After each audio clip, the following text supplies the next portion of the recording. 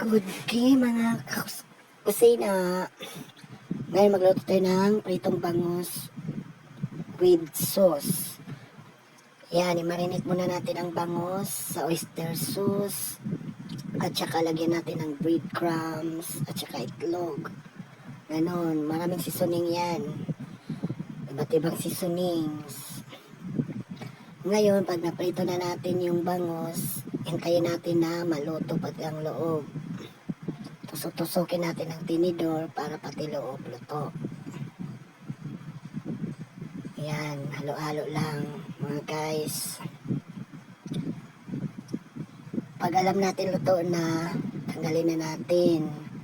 Tapos, ilalagay ko pa yan sa oven to make sure na luto talaga ang loob. Kasi mahirap na kainin pag hindi luto. Ngayon, mga 15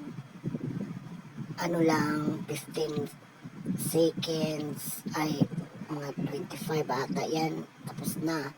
So, ngayon gagawa na naman tayo ng sauce. Lagyan ko yan ng honey, oyster sauce, sesame oil, konti lang, ay wala palang laman, yan ang mayroon. Tapos paprika. Ngayon maglalagay tayo ng konting tubig na mainit. Oregano pa pala, nakalimutan ko. Lagyan na natin ng tubig na mainit. Ayan. Pagkatapos, halo-haloy na naman, maglagay tayo ng konting cornstarch. Hindi dyan nakita. Kalimutan ko i-video yung cornstarch. Ngayon, tanggalin na natin sa oven for slicing. Slice na natin. Maglagay tayo ng tissue para hindi ma-oil. Yan. Ito diba? Yan na. Tapos na slice. So ngayon, lutuin natin ang sauce natin sa olive oil para healthy. Yan na. Hintayin natin mag-sticky. Yan. Pag nag-sticky na, tama na.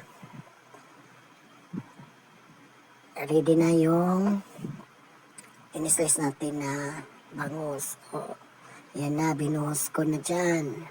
Diba? Ang sarap. Ngayon, maglalagay tayo sa ibabaw ng sesame seeds. Luto na yan, yung sesame seeds. Yan, paglagay na lang.